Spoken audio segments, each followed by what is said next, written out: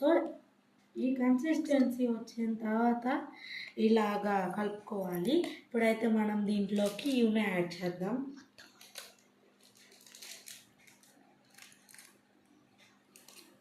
యూను కొంచెం మొత్తం యాడ్ చేయాలి, ఎందుకంటే మనకి బాగా పొంగద్దు అనమాట.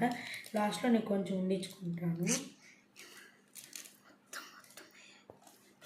ఇప్పుడు మనమైతే బేకింగ్ సోడా యాడ్ చేద్దాం. ఇదైతే చాలా తక్కువ వేసుకోండి, మళ్ళీ కేక్ ఫ్లేవర్ అంతా పోద్ది అనమాట.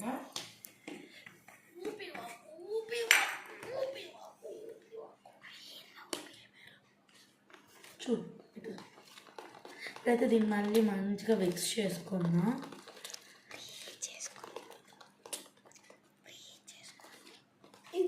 కుక్కర్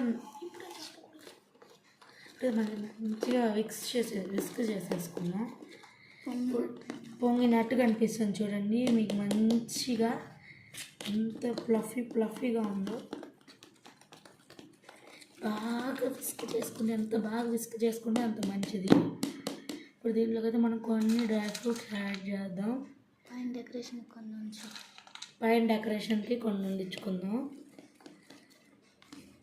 చిన్నపిల్లలకు చాలా మంచిది అన్నమాట.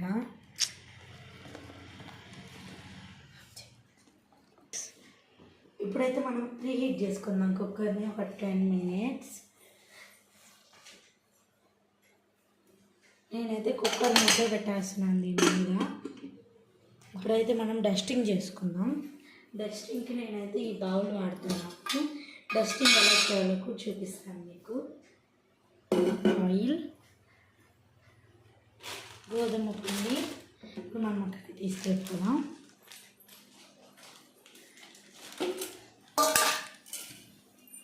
ఇదండి, ఇదైతే మంచిగా ఉందన్నమాట.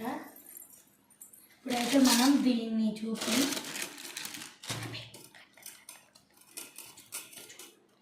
ఇప్పుడైతే మనం దీన్ని ఆయిల్ యాడ్ చేసుకోవాలన్నమాట.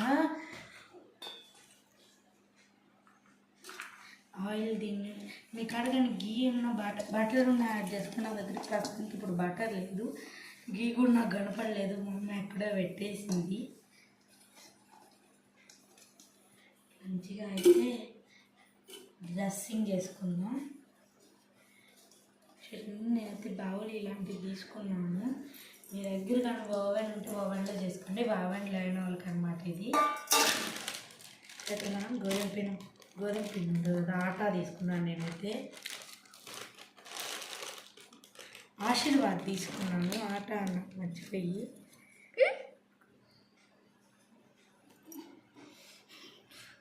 ఇప్పుడైతే మనం దీంట్లో మంచిగా డస్టింగ్ చేసుకున్నాం. మనం డస్టింగ్ తీసుకున్న పార్ట్ మంచిగా వేసుకుందాం అన్నమాట, అంతా డస్టింగ్ పౌడర్, ఎందుకంటే కేక్ అతుక్కోకుండా వస్తుంది. ఇప్పుడు మనం ఈ డస్టింగ్ చేసే దాంట్లోకి ఈ మిక్చర్ని అయితే యాడ్ చేసుకుందాం. చూడండి ఎంత బాగా ఉందో.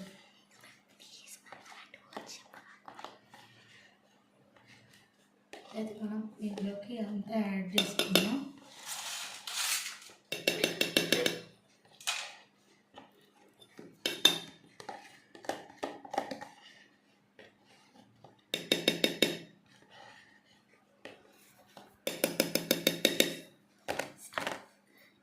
ఇప్పుడైతే మనం దీన్ని ట్యాప్ చేసుకుంటాం, ఎయిర్ బబుల్స్ అనేవి పోతాయి అన్నమాట. డ్రై ఫ్రూట్స్ అయితే దీని మీద వేసుకున్నాం. ఇప్పుడు డ్రై ఫ్రూట్స్ వేసుకుంటే మనకు కొంచెం కలర్ఫుల్గా ఉంటుంది అన్నమాట కేక్. మీ ఇష్టం, వేసుకుంటే వేసుకోవచ్చు, వేసుకోకపోతే వేసుకోకూడదు.